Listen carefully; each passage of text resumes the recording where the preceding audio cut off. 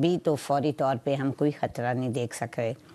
اس کی وجہ یہ ہے کہ جو ٹریولرز ہیں نا، جس طرح کہ آپ کو پتہ ہے کہ اس وقت 3 انڈیمک کنٹریز ہیں، لائبیریا ہے، سیریلون ہے اور گنی ہے.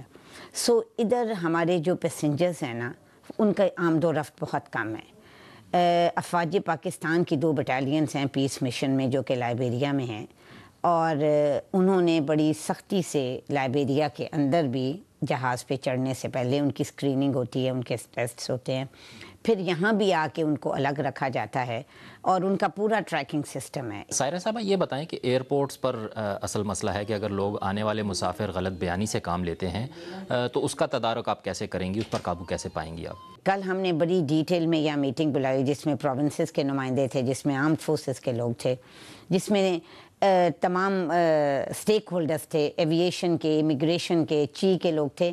یہی چیزیں ہم نے دیکھی ہیں.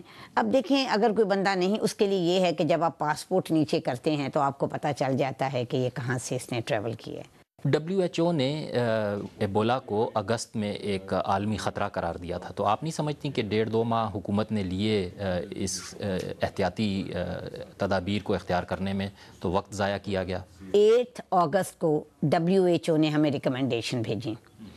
13 اگست کو میں نے خود میٹنگ چیئر کی جس میں ہم نے پورے ان ہاؤس ڈسکس کیا کہ یہ کیا بیماری ہے. اس کو WHO کی ریکمنڈیشن، سینٹرل ہیلتھ اسٹیبلشمنٹ سے بات کی اور تمام صوبائی حکومتوں کو اور ایئرپورٹس پہ ہم نے لیٹر بھیجے. مہینے 1.5 کے بعد جب یہ بیماری شدت اختیار کر گئی اور جب WHO نے اس کو خطرہ قرار دیا تو اس کے بعد ہم نے دوبارہ ان کو بھیجا، اور نہ صرف لیٹر بھیجا بلکہ ان کو ہم نے گائیڈ لائنز بھیجیں. ہم نے اپنے ایئرپورٹس پہ جو ہمارے لوگ تھے فیڈرل گورنمنٹ کے، ان کو کنوے کیا، اور کل کی جو میٹنگ ہے وہ بھی اسی سلسلے کی کڑی تھی. لیکن یہاں میں بار بار ایک بات کہوں کہ ڈیٹیکٹ کرنا جو ہے وہ ہماری ذمہ داری ہے، لیکن ہمارے سے زیادہ وہ ایوییشن اور امیگریشن والوں کی ذمہ داری ہے. ہمارے جو فیڈرل گورنمنٹ کے وہاں ڈاکٹرز موجود ہوں گے، ان کو کوئی بتائے گا یہ پیسنجر وہاں سے آیا ہے تو وہ اس کو کریں گے. سو اس کے لیے سیکرٹری ایوییشن سے بھی ہمارے سیکرٹری صاحب میٹنگ کریں گے. اگلی چیز پھر یہ ہے کہ ہاسپٹلز، تمام صوبائی حکومتوں نے، JK گلگت بلتستان نے ہمیں فوکل پرسن بھی ایبولا کے لیے بتا دی ہے اور ہمیں ہاسپٹل بھی بتا دی ہیں جس میں آئسولیشن وارڈ ہے.